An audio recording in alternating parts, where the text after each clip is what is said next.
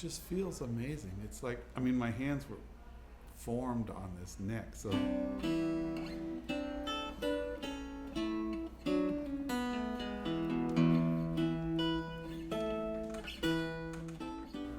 I'm studying with Dale. He passes this thing on to me.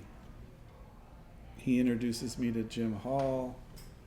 I take lessons with Jim Hall with this guitar, and I took some lessons with Johnny Smith with this guitar.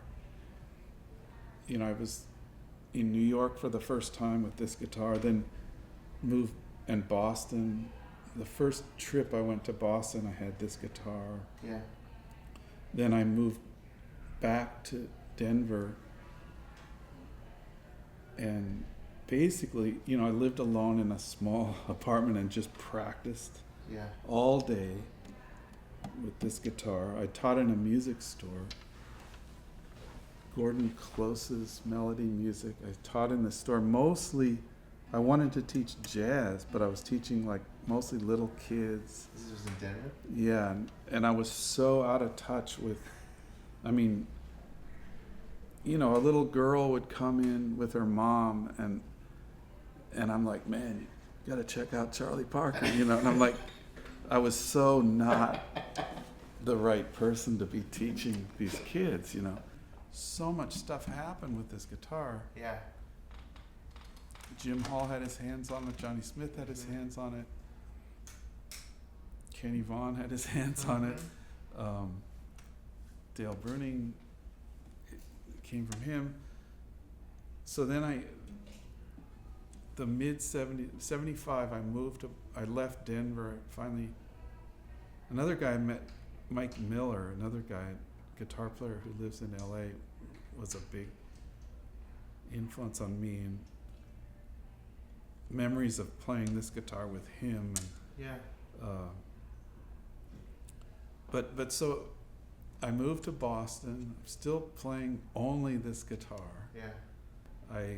So after a couple of years of being in Boston, I got an SG. I found an old SG for like Gibson SG for $200 or whatever it was, and started playing that a little bit more. And then I moved to, after it was 1978, I moved to Belgium to play in a band. And right before I left, I said, I think I'll just sell this. I was so stupid. I sold it.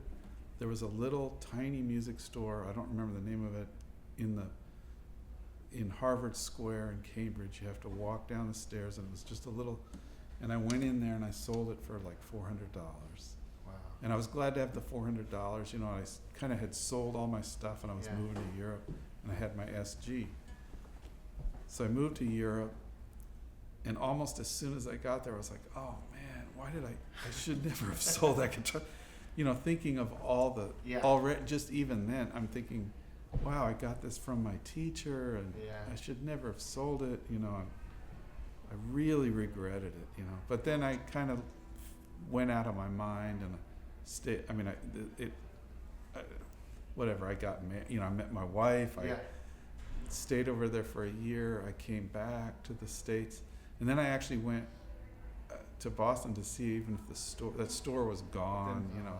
In the last few years, since computers, you know, every once in a while, like, I wonder, I'll put in, because it's so, if you put ES-175 with maple neck or something, I thought maybe it'll show up or something. But no, nothing ever. I just kept, every once in a while, every year, so I'd kind of, but so then my mom died a few years back. And when I was going through, I had to go and clean out her house and stuff, and, you know, finding whatever stuff of my old stuff that was left in there and stuff.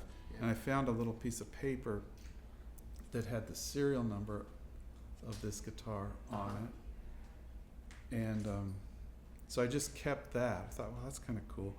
So it was, at least, then I also knew that it was made in '68. It's a '68 guitar.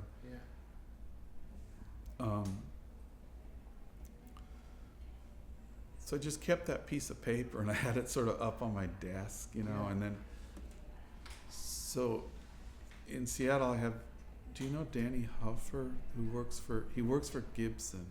He's like, I met him long ago, just, he's a great guitar player, and he now works for Gibson, and I was hanging out with him and we were just talking about, you know, like, he said, oh man, I had the Les Paul when I was, you know, whatever, the stories about all the guitars that got away, you know?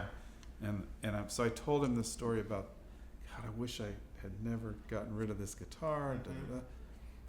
And I thought, wow, he works for Gibson, maybe I'll just give him I gave him the serial number, not thinking I'd get the guitar back, but thought maybe he could talk to somebody at the factory and maybe they would remember the time period when they made it, or you know, just sort of putting it out there.